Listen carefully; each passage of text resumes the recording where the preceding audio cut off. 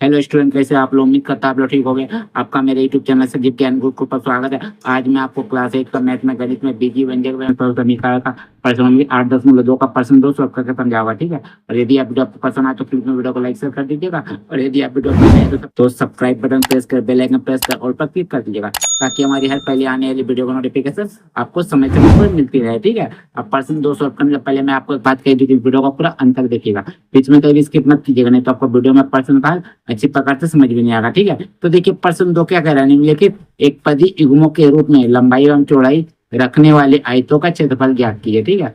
ये देखिए यहाँ बोला गया एक पदी युग्मों के रूप में, देखिए एक पदी युग्मों के रूप में क्या दिया गया आपका लंबाई या चौड़ाई, ठीक है। दिया गया उनका आयतों का क्षेत्रफल ज्ञात करना, यानी आपका आयत का क्षेत्रफल ज्ञात करना, ठीक है। यहाँ पर आपको 5 भाग दिया गया, 1 2 3 4 5, देखिए कोमा कोमा करके, ठीक है। हमें पांचों भाग वो क्या करना है, आयत का क्षेत्रफल निकालना है, ठीक है। तो चलिए हम लोग निकालते हैं बारी बारी से आयत का क्षेत्रफल, ठीक है। तो सबसे पहले हम लोग लिखते हैं हल।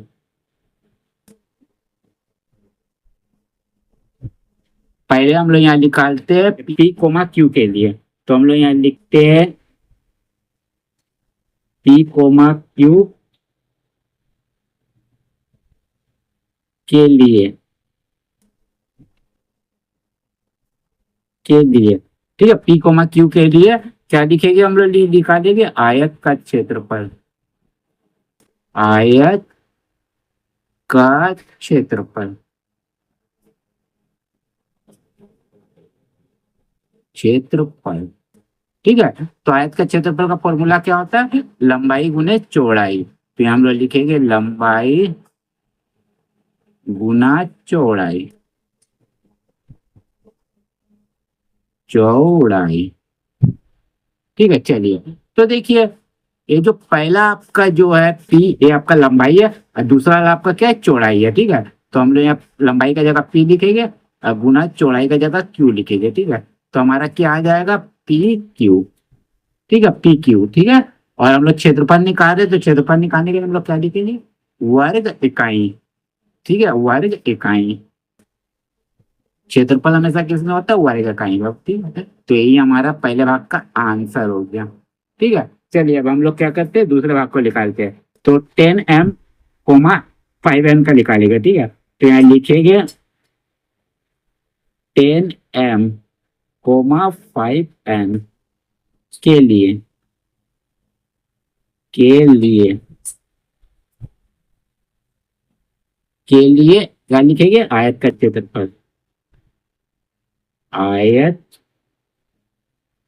का क्षेत्र,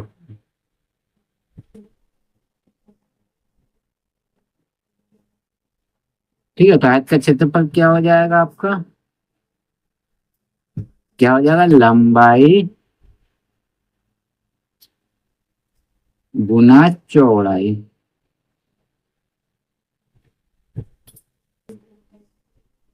ठीक है। तो लंबाई आपका कितना है, 10m, पहला आपका लंबाई है 10m गुना चौड़ाई कितना आपका 5m, ठीक है, 5n, ठीक है। चलिए तो देखिए 10 पच्चे 50 mn, ठीक है, वर्ग इकाई,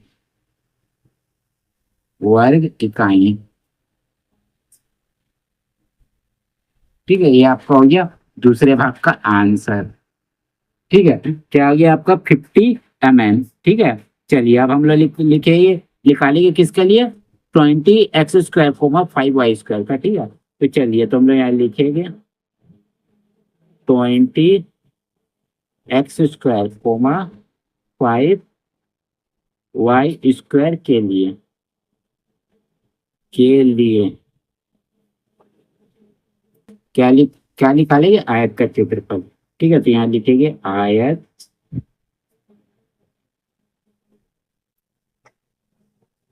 का क्षेत्रफल,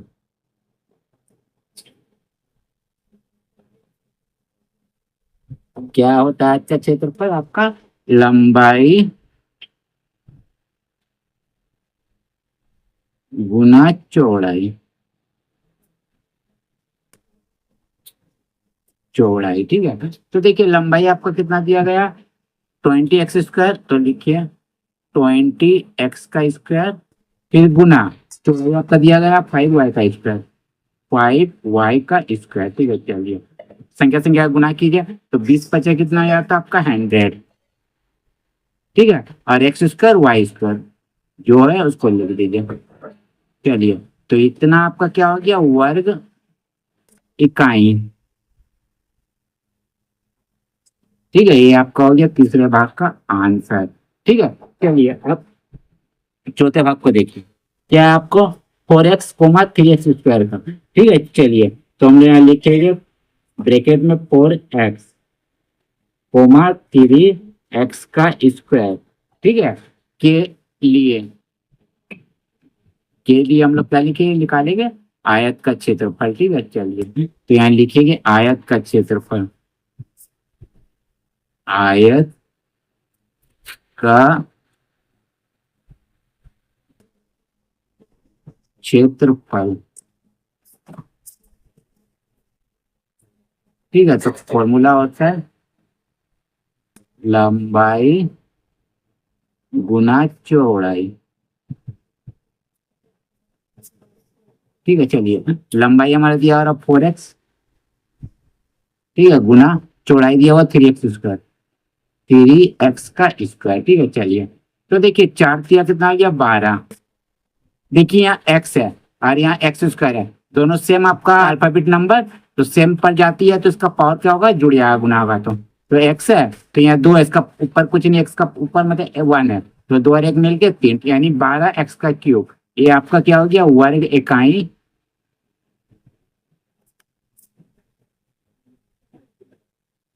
आयत का क्षेत्रफल हो गया। ठीक है, तो 12x³ वर्ग इकाई। ठीक है, इसका आंसर हो गया चौथे वाले भाग का। ठीक है, अब देखिए पांचवें भाग, पांचवें भाग क्या है आपका 3mn कोमा 4np।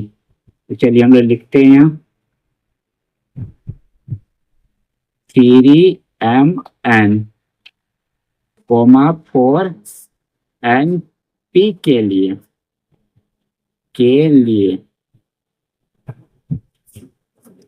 क्या निकालेंगे, आयत का क्षेत्रफल। ठीक है, तो यहाँ लिखेंगे आयत का क्षेत्रफल। ठीक है, तो आयत का क्षेत्रफल का फॉर्मूला होता है लंबाई गुने चौड़ाई। तो लिखिए लंबाई गुना चौड़ाई। ठीक है, चलिए तो लंबाई का मान कितना देखिए 3mn गुना 4np, 4np। ठीक है, तो गुना करिए संख्या संख्या, 4 तिया 12। देखिए m है, यहाँ देखिए m नहीं है तो m को ऐसे लिख दिया। देखिए यहाँ n है, यहाँ भी n है, तो n 2 बार है। ठीक है, यानी आपको n एक बार लिख के उसका पावर क्या हो जाएगा, जुड़ जाएगा। यहाँ कुछ नहीं है, मैंने पावर इसका 1 है, यहाँ भी n का ऊपर पावर कुछ नहीं, मैंने a1 है, तो दोनों गुना होगा तो क्या होगा, पावर जुड़ जाएगा, मैंने n का स्क्वायर।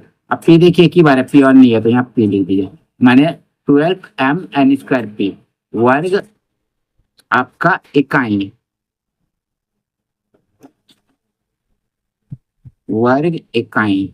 ठीक है, ये हो गया इसका आंसर पांचवें वाले भाग का। ठीक है, तो चलिए तो मैंने आपका प्रश्न 2 का पांचों भाग को मैंने आपका क्या किया, पांचों भाग का आयत का क्षेत्रफल निकाल दिया। ठीक है, और पांचों भाग के आयत के क्षेत्रफल में आपका पहले भाग के लिए आयत का क्षेत्रफल पी की वर्ग इकाई आया, दूसरे भाग के लिए आपका 50 mn को वर्ग इकाई आया, तीसरे भाग के लिए आपका आया 100 x² y² वर्ग इकाई, चौथे भाग के लिए आपका आया 12x³ वर्ग इकाई, अब पांचवें भाग के लिए आया 12mn² p वर्ग इकाई। ठीक है, और उम्मीद करते हैं जो मैंने आयत का क्षेत्रफल निकालना आपको समझाया या आपको समझ में आ गया होगा। ठीक है, और यदि आप वीडियो आपको पसंद आए तो प्लीज मेरे वीडियो को लाइक से सब्सक्राइब कर दीजिएगा, और यदि आपको वीडियो समझने में कोई कष्ट हो तो मुझे कमेंट कर सकते हैं, और यदि आपने इसे पिछले वीडियो ने देखा तो मेरे डिस्क्रिप्शन के प्लेलिस्ट पर जाकर देख सकते हैं। ठीक है, तो फिर मिलते हैं इसके नेक्स्ट वीडियो में, यानी प्रश्न नंबर 3 में। तब तक के लिए धन्यवाद।